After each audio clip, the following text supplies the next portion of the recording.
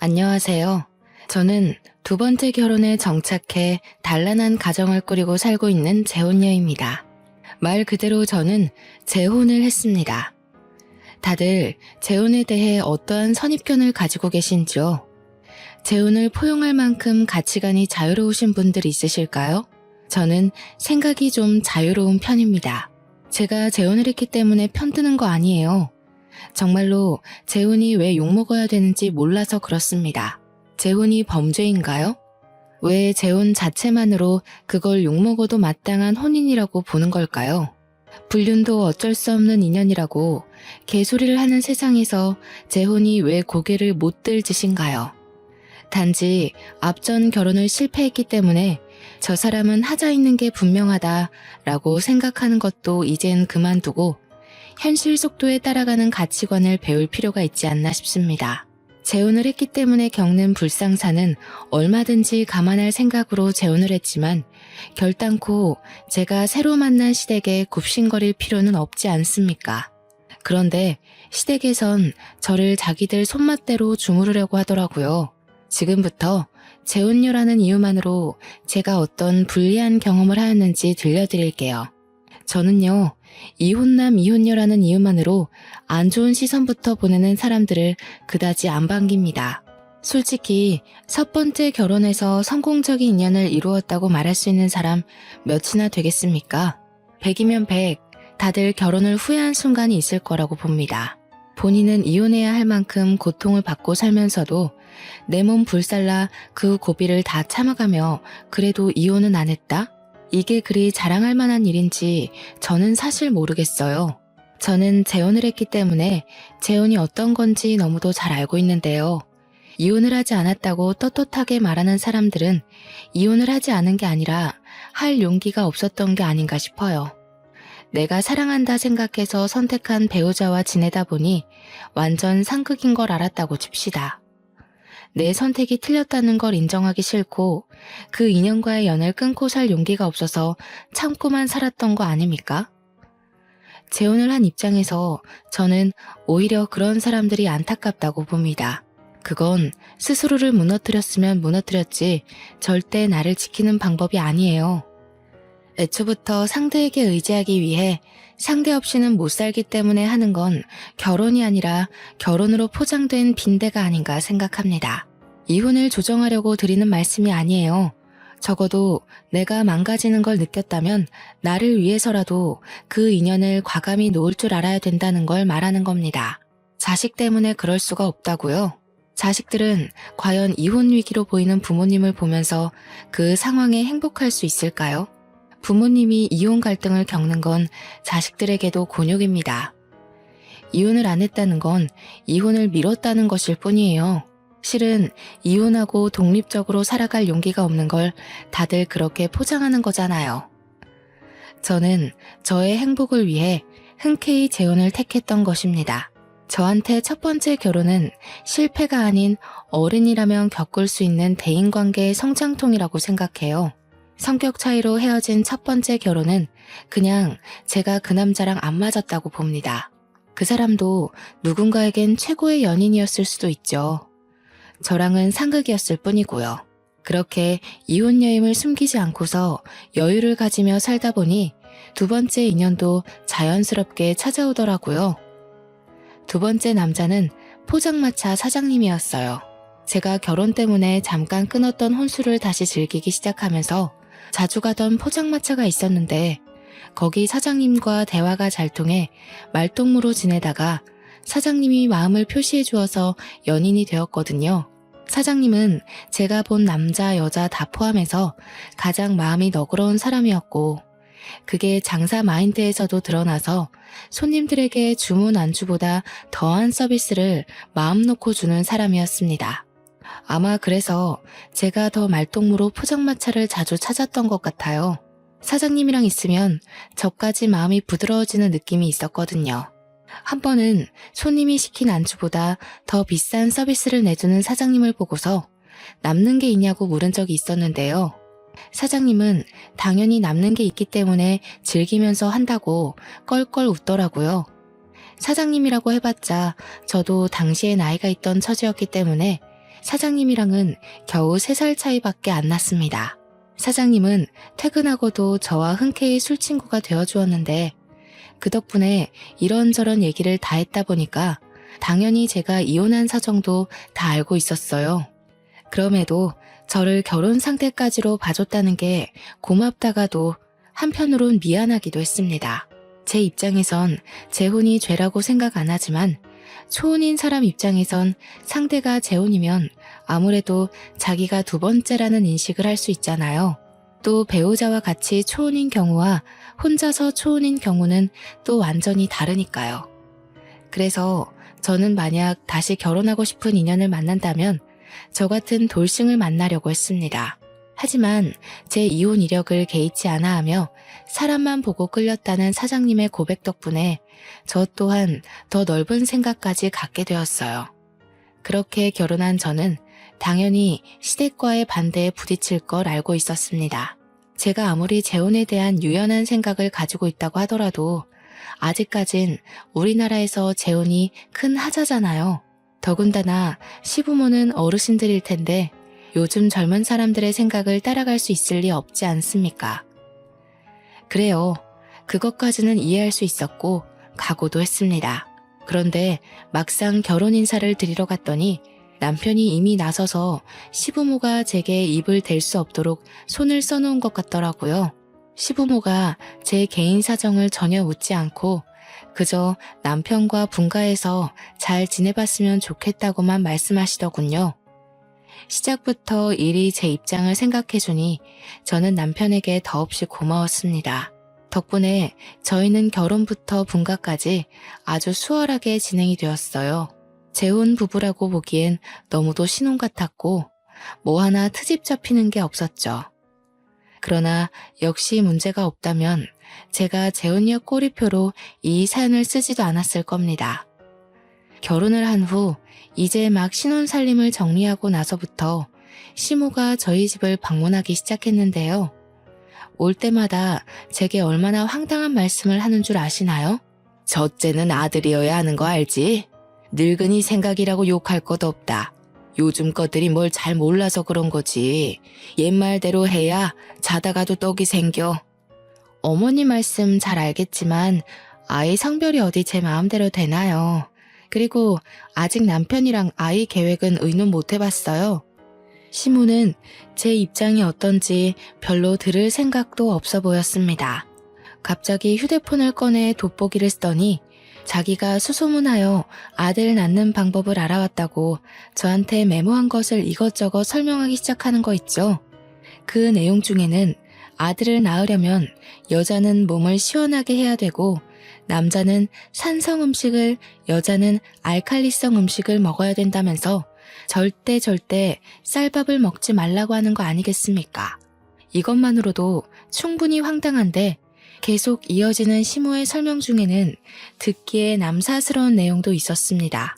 부부의 사생활까지 참견하면서 아들 낳을 확률이 올라간다면서 노골적으로 설명을 해주더라고요. 그 순간 제가 왜 이런 말을 듣고 있어야 되나 싶었어요.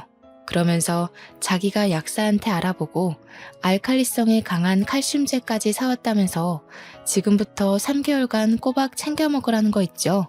그날 이후로도 시모는 몇 날 며칠을 제게 전화하거나 방문해서 자기가 알려준 대로 하고 있냐고 검사까지 했습니다.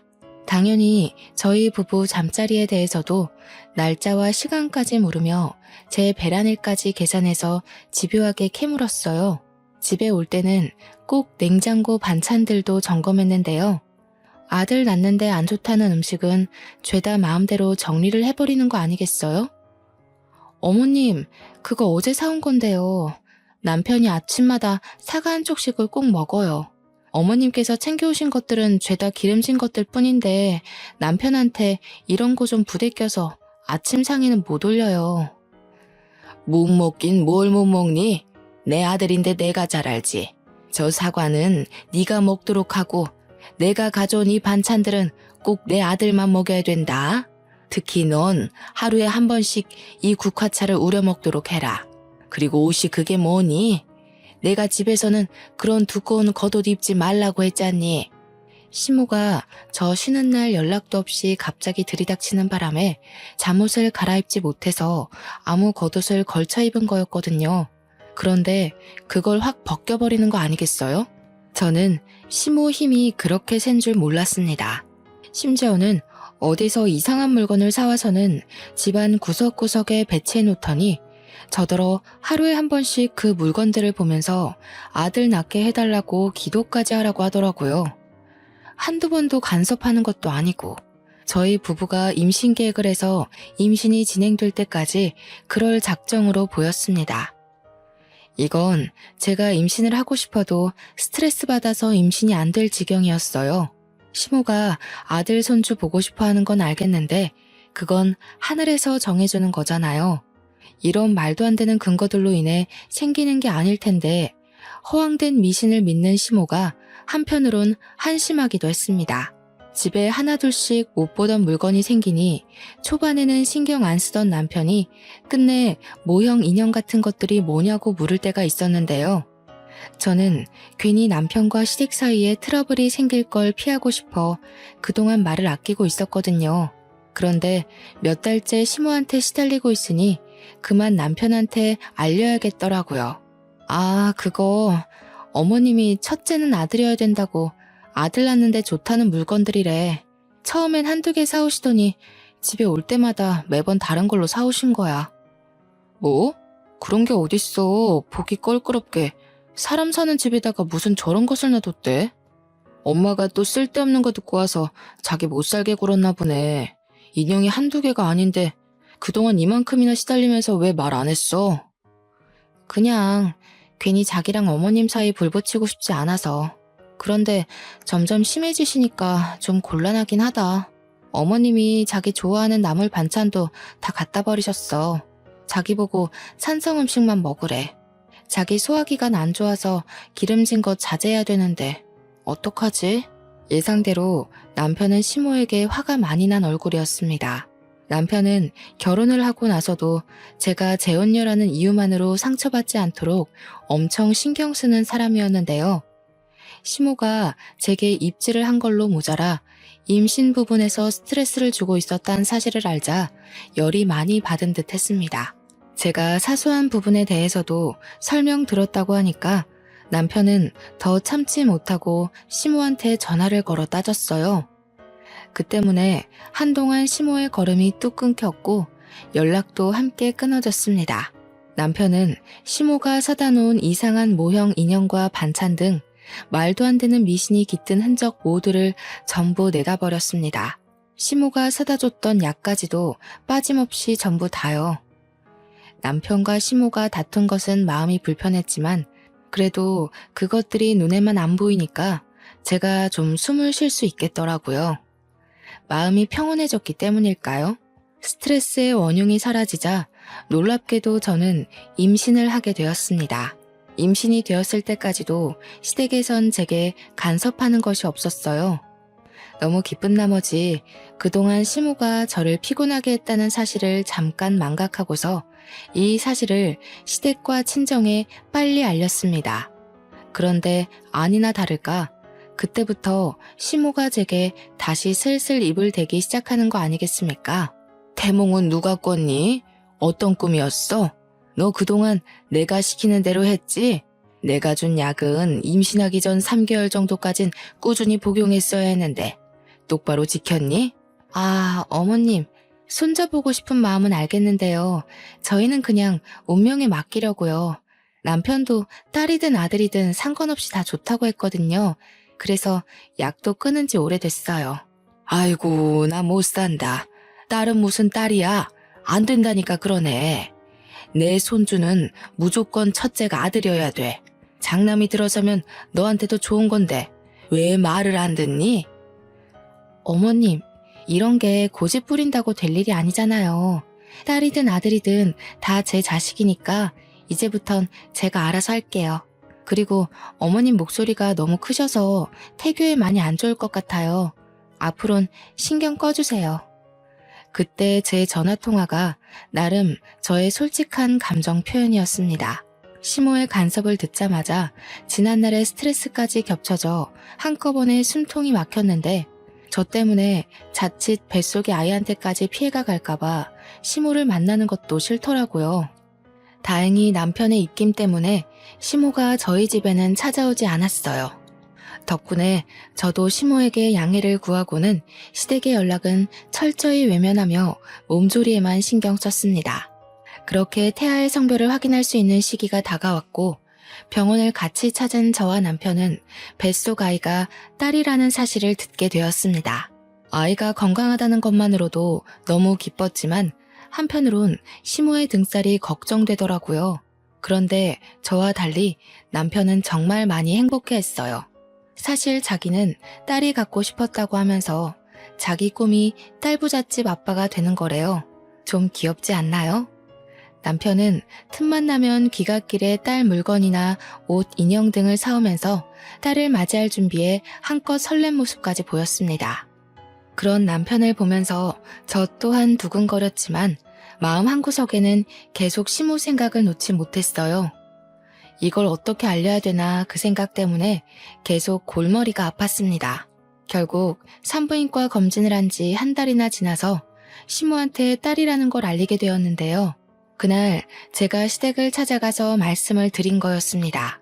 남편과 시부는 출근을 했던지라 시댁에 같이 없었고 시댁에는 산후조리를 끝내고 온 신우랑 신우의 아들을 안고 있는 시모만 있었습니다. 제 뱃속의 아이가 딸이라는 걸 밝히자마자 시모가 시조카를 바로 내려놓더라고요. 아니나 다를까 눈에 불을 켜고 득달같이 언성을 높였는데 바닥에 놓인 시조카 똥기저귀를 제 얼굴에 던지는 거 아니겠어요? 그러게, 내가 뭐라고 그랬니?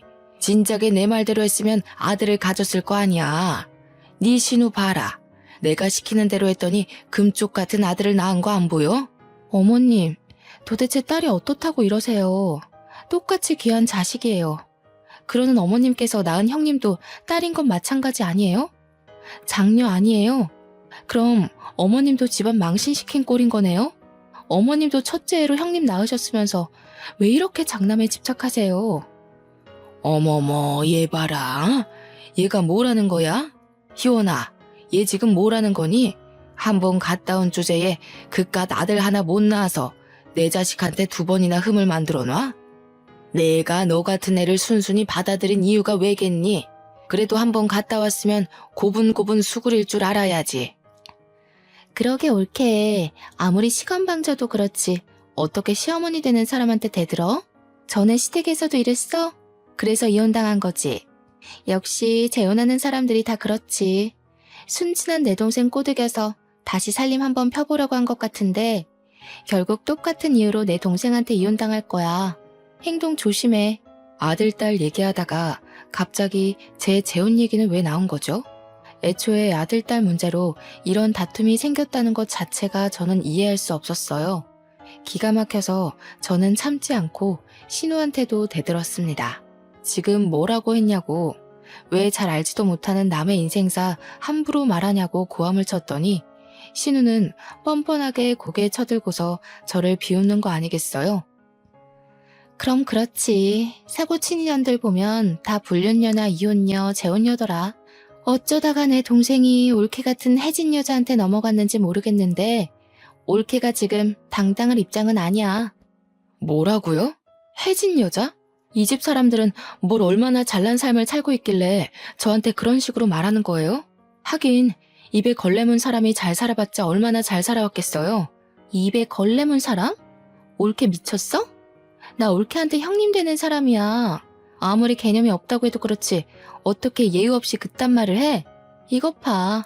결혼 실패했던 여자들은 다 이유가 있다니까. 신우가 저를 앞에 두고 막말을 자꾸 하잖아요. 제가 그런 모욕을 듣고 있을 이유가 없지 않습니까? 더 이상 화를 참을 생각도 없던 저는 겨우 1살인 신우 아들 앞에서 신우에게 달려가 머리채를 잡고 흔들었습니다. 옆에서 깜짝 놀라 소리 지르던 시모는 우왕좌왕하다가 당장 남편한테 전화하더라고요. 남편한테 제가 미친 짓 한다고 고자질하기 바빴어요. 저는 남편이 오는 15분가량의 시간 동안 신우와 서로 머리채를 붙잡고 싸움을 멈추지 않았습니다.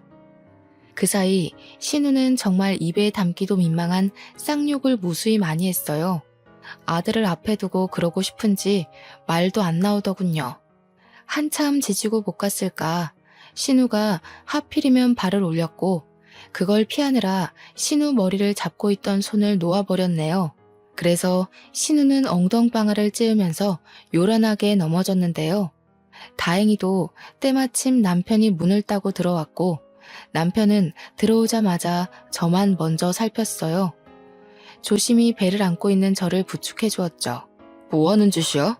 이 사람 지금 뱃속에 아기가 있다고. 그걸 아는 사람이 아내를 몰아세운다는 게 정상적인 행동이야? 제발 누나가 책임질 수 있는 행동만 하라고. 뭐야? 지금 누구 편을 드는 거야? 먼저 잡은 건 저 여시가 먼저 그랬어. 내가 계속 당하다가 겨우 뻗은 발이었는데. 저거 분명 버릇 나빠져서 이혼 당한 걸 거야. 너처럼 오냐오냐 다 들어주니까 신우 무서운 줄 모르고 나대잖아. 빨리 제 전남편 찾아가서 물어봐. 그래, 맞다. 그리고 떨어지면 오히려 잘 된 거 아니니? 그래봤자 들어있는 게 딸일 뿐인데 이참에 다시 아들 준비하면 되고 좋지 뭘. 세운 꼴이 달고 왔으면 손주라도 우리가 원하는 아들로 낳아야 될 거 아니겠어? 시모와 신우의 막말에 제가 다시 어떻게 해보려고 일어났는데 되레 저는 더 잠자코 있을 수밖에 없었습니다. 남편이 신우한테 다가가 신우의 뺨을 때렸기 때문이죠. 신우는 남편 힘에 밀려서 자기 아들 옆으로 완전히 꼬꾸라져 버렸습니다. 저도 놀랐는데 시모랑 신우는 자기들 핏줄이 그러니까 얼마나 놀랐겠어요. 상종 못할 인간들. 한 번만 더 내 와이프랑 내 딸한테 손대고 입대면 나 그땐 이 집 호적에서 나올 거야. 장남이 뭐 대수야?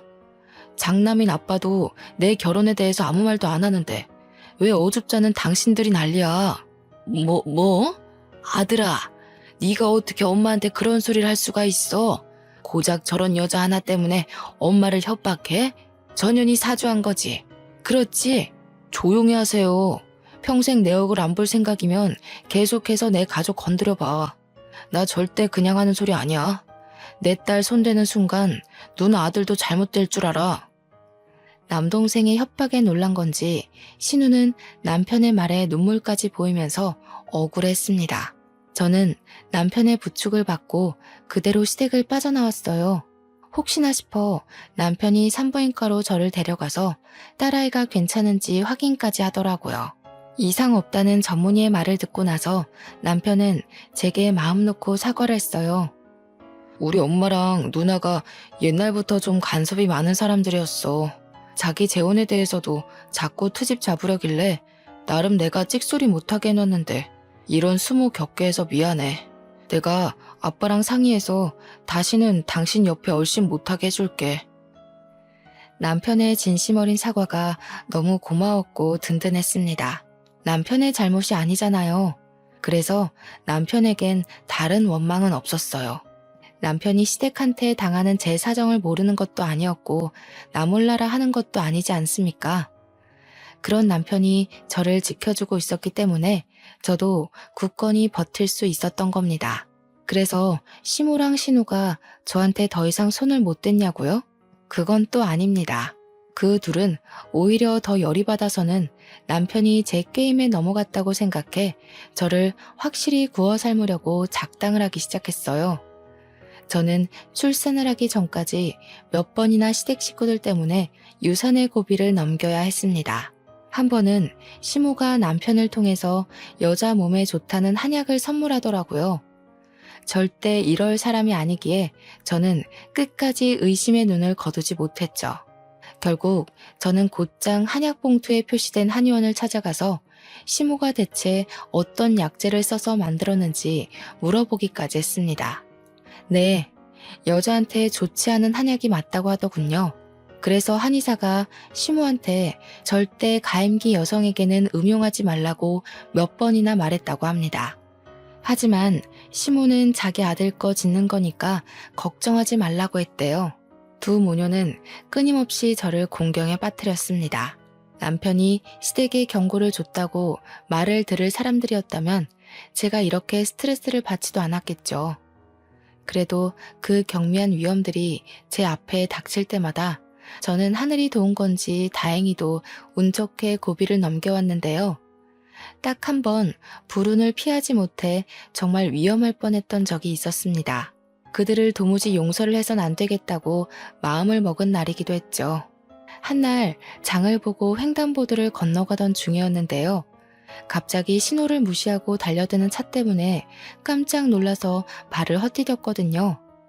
그때 하필 남산만했던 배로 중심이 쏠리는 바람에 주위 사람들이 황급히 달려와 저를 도와주었습니다.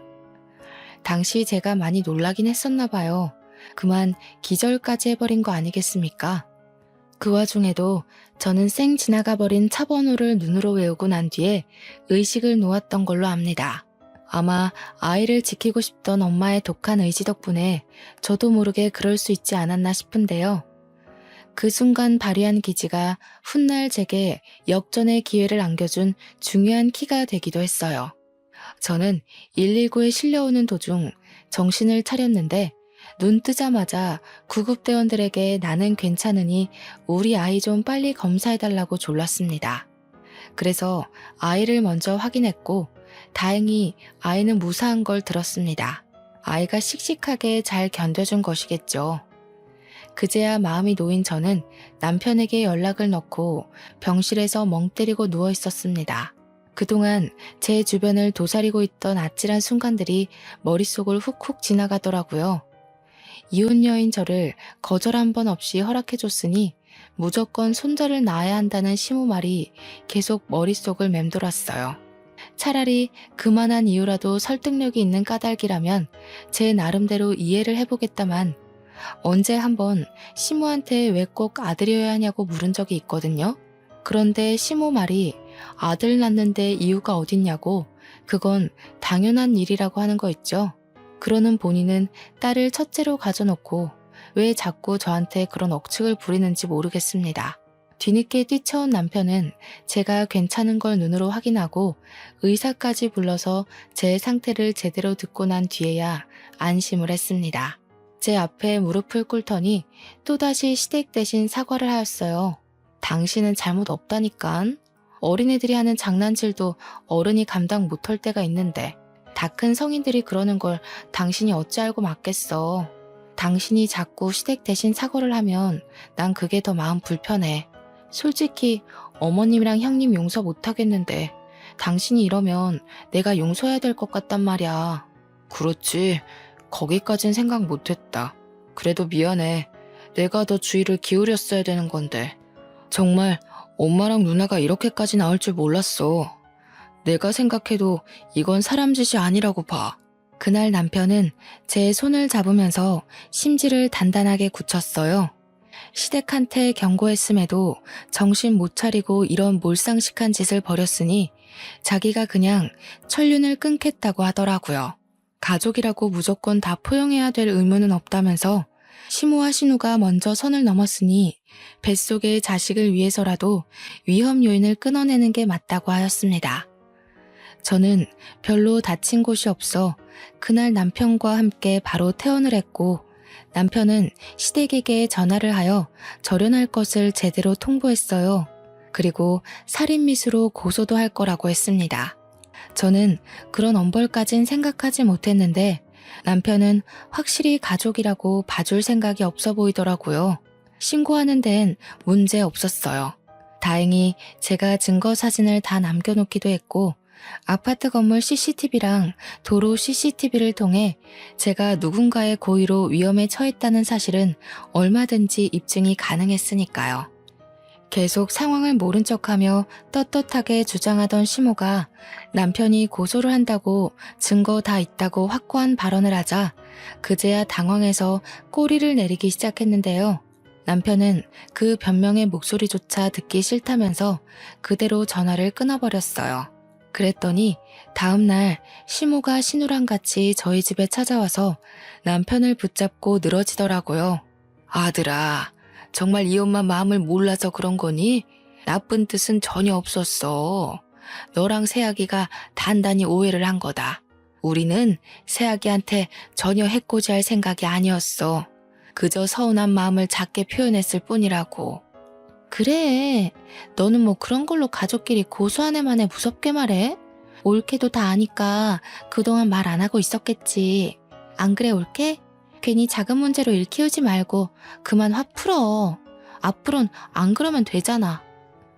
여러분들은 이게 과연 사과라고 생각하시나요? 반성의 기미가 있다고 보십니까? 누가 들어도 변명일 뿐이기만 한 발언으로 남편한테 사정을 하고 있으니 남편이 어디 눈 하나 깜빡하겠어요? 당연히 남편은 더 화가 나서 천륜을 끊을 거라고 큰 소리까지 쳤고, 또 제가 용서를 안 하면 자기는 평생 시모를 안 보고 산다는 말까지 했습니다. 시겁한 시모가 서둘러 제게 와서 제 손을 잡았는데요. 그 힘에서 얼마나 간절함이 묻어나던지 맞잡은 손이 엄청 아렸습니다. 아가, 내가 다 늙어서 속상한 마음에 애들 장난처럼 표현을 했어.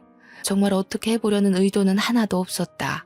가족끼리 가벼운 장난 정도는 눈 감아줄 수 있지 않니? 어머님은 가족끼리 목숨 가지고 노시나 봐요. 어머님이랑 형님은 제 아이를 노렸겠지만 제 목숨도 두 사람 손에 놀아놨다는 거 제가 정말 몰랐을 거라고 생각하세요? 장난이었다고요? 두 사람은 장난으로 던진 돌일지라도 제게는 매 순간 전쟁통이나 다름없었어요. 안다. 알고 말고. 내가 미처 네 입장까진 생각하지 못했구나. 이렇게 잘못했다고 사과를 하지 않니? 다시는 그런 일 없을 거다. 나 이렇게 우리 아들 안 보고 못 살아. 제발 한 번만 눈 감아주렴. 그래, 올케. 내가 솔직히 좀 심했어. 인정할게. 멀쩡한 내 동생이 한 번 갔다 온 여자한테 장가가는 게 아까워서 그랬어. 엄마가 아들 손자 바라는 것도 나랑 같은 심리야. 미안해. 딸 낳아도 괜찮아. 그러니까 우리 그만 화해하자. 저는 시모도 시모지만 신우의 태도가 정말 어처구니 없었습니다. 시모는 그래도 발을 동동 구르며 저를 붙잡고 울상짓는 신용이라도 했는데 신우는 전혀 아니었거든요. 한눈에 봐도 신우는 자기가 왜 사과를 해야 되는지 모르는 눈빛이었고 고소만큼은 피하기 위해서 어쩔 수 없이 고개 숙이는 느낌이 났어요. 원래부터 좋게 넘어갈 생각은 아니었지만 신우의 반성 없는 꼴을 보니 이 상황을 조용하게 넘어가면 안 될 것 같더라고요. 결국 신우는 자기 무덤 자기가 판 셈이에요. 신우 태도를 보고 제가 제 행동을 결정하려 했는데 신우는 제가 당시 현장을 피바다로 만들도록 화를 돋운 거예요. 저는 자리에서 일어나 잠깐 방에 들어가서 종이봉투 하나를 들고 나왔습니다. 그러고는 신우 발 앞에 패디기를 쳤어요. 제가 횡단보도에서 의식 잃으면서까지 차번호를 외웠는데요. 조회해보니까 엄청 재미난 사실을 알았지 뭐예요? 형님 그렇게 떳떳하게 아들 낳았다고 자랑하더니 유부남 꼬셔서 낳은 애였어요? 제 말에 신우는 처음으로 크게 당황하면서 입을 어버버거렸습니다. 이 사실을 처음 듣는 남편과 시모는 저희 대화에 끼어들지 못하고 있었고 남편이 대신해서 신우 발 아래 있는 종이봉투를 들고 확인했어요. 남편이 평소 눈치가 빠른 편인데 아니나 다를까 남편의 표정이 어그러지면서 대충 뭔가를 눈치챈 것 같더라고요. 이게 다 뭐야? 이거 누나잖아. 이 사람이 이번에 새로 만났다는 남자야? 그렇게 꽁꽁 숨기고 나중에 밝혀주겠다더니 이 사람 뭐하는 사람인데? 아, 그거 형님이 불륜녀라는 증거야. 내가 형님이 뭔 차에 사고당할 뻔했다고 했잖아. 어떻게 보면 그것도 뺑소니나 다름없는데 경찰한테 차 조회 좀 해달라고 했지. 그런데 웬 아저씨 차라고 하더라고. 내가 아는 게 있는데 절대 그럴 리가 없다고 생각했어. 그래서 더 알아봤더니 글쎄 그 차 주인이 시조카의 아빠라고 하더라. 당연히 남편이 보고 있는 사진들은 제가 몰래 신우 뒤를 밟아서 찍어놓은 불륜 현장의 모습이었습니다. 신우는 남의 가정 파탄내고 유부남의 아이를 가진 불륜녀 입장이었던 겁니다. 저도 당시 그 사실을 알고 얼마나 놀랐는지 몰라요. 이렇게 추악스러운 실체를 갖고 있는 사람이 저한테 재혼녀라고 그렇게 손가락질했던 거잖아요. 놀란 것도 놀란 거지만 곰곰이 생각할수록 기분이 나빠지더라고요. 신우는 그럴 만한 입장이 아닌데도 저를 그리 못살게 굴었다는 거 아닙니까? 무슨 낯짝이 그렇게 두꺼운지 몰라요. 역시나 제가 놀란 것처럼 남편이랑 시모도 상당히 충격이 커 보였습니다. 심지어 시모는 남편이 들고 있는 사진을 뺏어가 자세히 보면서 기함을 했어요. 그 와중에 신우는 미꾸라지처럼 빠져나가려고 어떻게든 머리를 굴리고 있는 게 훤히 보였습니다. 형님, 저한테 사고는 불륜녀, 이혼녀, 재혼녀가 치는 거라고 하셨나요? 틀렸어요. 이혼녀, 재혼녀는 적어도 범죄자는 아니거든요. 그런데 불륜은 고소받아 마땅한 범죄잖아요. 고작 불륜녀 주제에 재혼한 제 앞에서 그리 고개를 쳐들고 계셨던 거예요? 어떻게 그리 뻔뻔할 수가 있어요. 식구들이 형님 이런 사람인 거 모르고 속아주니까 다 만만해 보이기라도 했나 봐요? 뭐라는 거야, 이 정신 나간 년이. 올케 내 스토커야? 어디서 이런 걸 조작해서 나를 겁박해. 이러면 내가 무서워 벌벌 떨 줄 알았나 보지? 나 그렇게 멍청한 사람 아니거든. 겨우 생각한 방편이 스토커 핑계라니 실망스럽네요. 어머님도 어머님 따님이 하는 짓 똑바로 지켜보세요. 아들 낳은 형님을 그렇게 자랑스러워하셨잖아요. 겨우 불륜녀가 낳은 손자를 둔 셈인데 어떡해요? 동네방네 손자 자랑할 수 있겠어요? 손자 자랑 전에 불륜녀 엄마라고 소문 먼저 날 텐데 괜찮으실지 모르겠네요. 제 말에 시모는 얼굴이 시뻘개져서 신우를 노려봤습니다. 제 앞이라 쪽팔린지 차마 딸에게 쓴소리는 못하더라고요. 배신감에 치를 떨면서 소파에 덩그러니 누워있는 시조카까지 노려보는 거 아니겠어요? 더 이상 빠져나갈 구멍이 없다고 생각한 신우는 이 모든 상황에 당황해서 갑자기 소리를 빽 질렀는데요. 자기는 불륜이 아니라고 사랑이고 운명이라면서 본처가 자기들 사이 갈라놓고 있는 거라고 증거 사진들을 갈기갈기 찍기 시작하더군요. 신우의 숨통을 조일 수 있는 귀한 증거인데 제가 원본을 줬을 리 있겠습니까? 헛짓하고 있는 신우에게 그거 다 휴대폰에 저장된 사진이라고 하니까 신우는 그제야 제 앞에 무릎을 꿇고 울며 불며 애원을 하더라고요. 올케, 이거 밝혀지면 나 그 사람한테 외면당해. 제발 부탁이야.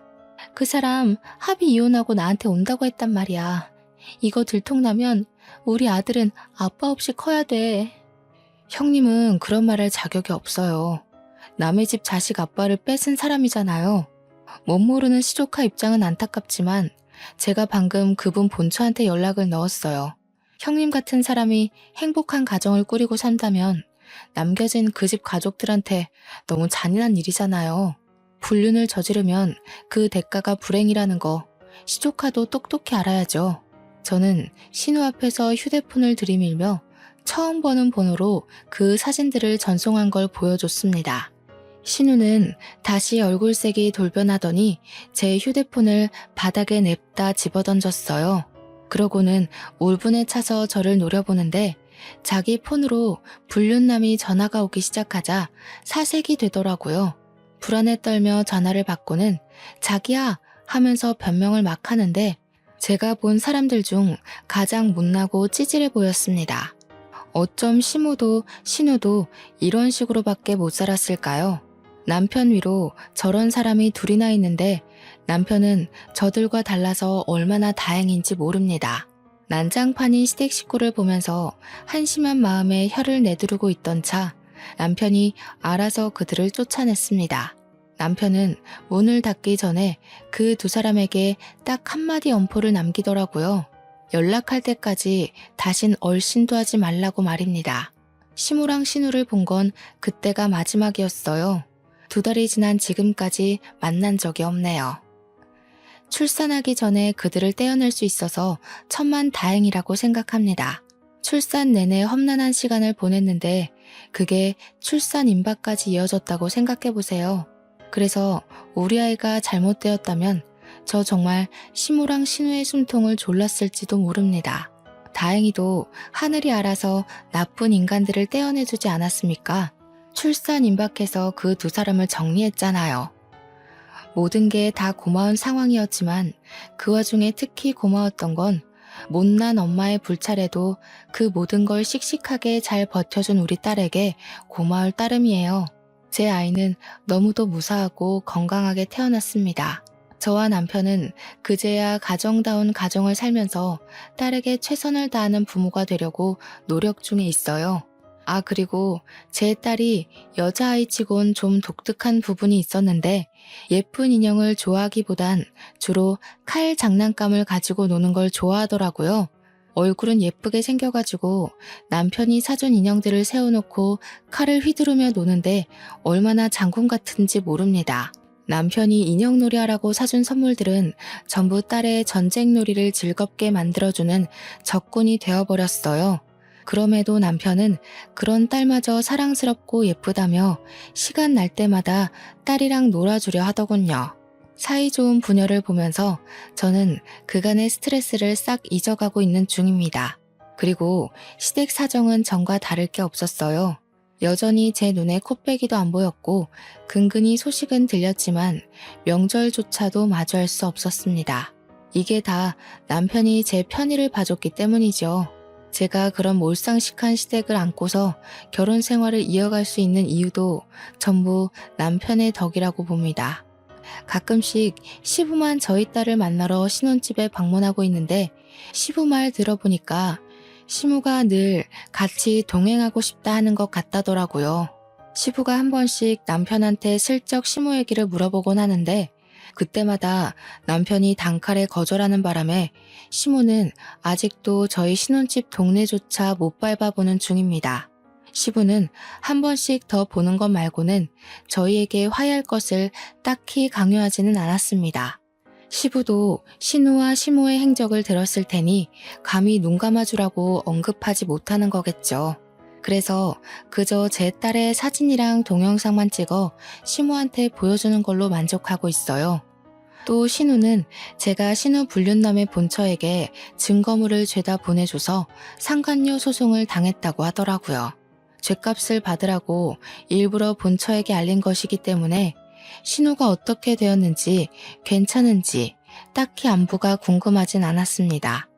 다만 저 때문에 아빠 없이 커야 하는 시조카의 사정은 마음 한편에 계속 걸려 있어요. 부디 신우가 죗값 치른 이후로 자기 죄를 반성하고 시조카에게 부끄럽지 않은 엄마가 되었으면 좋겠네요. 보통은 이런 개첩한 시댁이라면 두 번째 이혼도 마다하지 않고 했을 법한데 여태 들려드렸다시피 제 남편이 너무 진국인 사람이에요. 지금도 제가 이 글을 쓴다고 딸내미랑 둘이 자리를 피해줬는데 뭐하고 노는 줄 아세요?